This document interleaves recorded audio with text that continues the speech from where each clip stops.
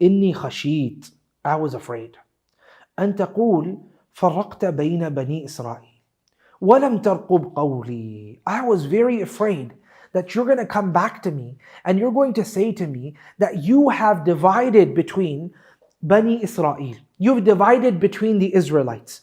وَلَمْ تَرْقُبْ قَوْلِي. And you didn't listen to my statement and you didn't listen to my advice to you. Okay? Now, what is happening over here? The difference of opinion that occurred between the Israelites and the Israelites was a group of people said that our Lord happens to be this golden calf right here. Another group of people said, no, our Lord cannot be a calf. That's what the people of the Pharaoh used to do, but we are a different people. We worship God, we have a messenger and so on and so forth. So we're going to follow the lead of our messengers, right? So there's two narratives occurring over here. One of them is a narrative of a group of people who wish to worship Allah and none other than Allah. Another is a narrative of a group of people who have fell for the traps of Samiri. So it's not a joking matter here. The matter is the matter of belief and disbelief, okay? These are people who are literally worshipping other than Allah subhanahu wa ta'ala.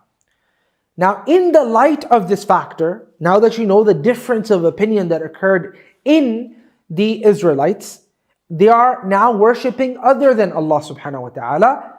Harun alayhi salam said that I was afraid that you will say, فَرَّقْتَ بَيْنَ بَنِي إِسْرَائِيلِ وَلَمْ تَرْقُبْ قَوْلِي. I was afraid that you will say, you have divided between the Israelites. If I walk to you, O Musa alayhi salam, and I came to you by the Tur, by the Jabal of Sina, of Turi Sinin, if I came there to you, you would have told me that you've now divided up the Israelites because you've brought 12,000 odd men along with you and the rest of them, you've left them there. Now when we go back, they're going to go to war with us and they're going to go into a battle with us, right? So Harun alayhi salam is preferring unity even if some of the people happen to be disbelieving in Allah subhanahu wa ta'ala. Okay?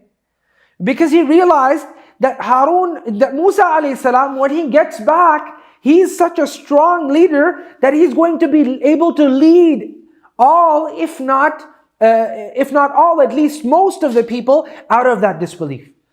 So he chooses to remain united with the people of Israel who were now worshipping other than Allah. All of that, so when Musa alayhi salam returns back, right, he will be able to unite everyone, and that is the reasoning he gives as well. Now I know some people try to twist this word for their own personal, they don't like the message of unity, so they say, no, this verse doesn't really mean that. Read it yourself. Harun alayhi salam is saying, I'm afraid you are going to say you have divided the people. Because if I started fighting against them, and if I started telling them, if I started basically becoming too loud against dissent against the popular view at that time, what would have happened is people would have been divided, right? There would be a group with me, another group with Samiri. So I thought, let's just wait till you come and you sort things out because you're a stronger leader, right? So he's willing to live temporarily, not forever, willing to live temporarily in a circumstance which actually has within it disbelief.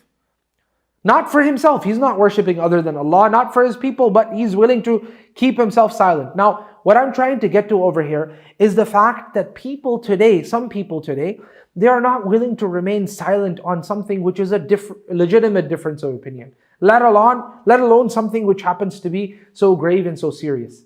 The reality is we have to judge every single situation in its specific scenario with all the different circumstances that surround it. Sometimes we have to remain silent, even if there happens to be some evil there. Yes, that's true. One may say, oh no, you didn't know the hadith of the Prophet ﷺ that, yes, I know the hadith of the Prophet ﷺ. I know the ayat of Al-Amr al-Ma'ruf as well, right? But this is Harun alayhi salam, a messenger, and he knows better than both of us. But he decided to remain silent for a little while because he knew that when the time is right, then we'll be able to solve this particular problem.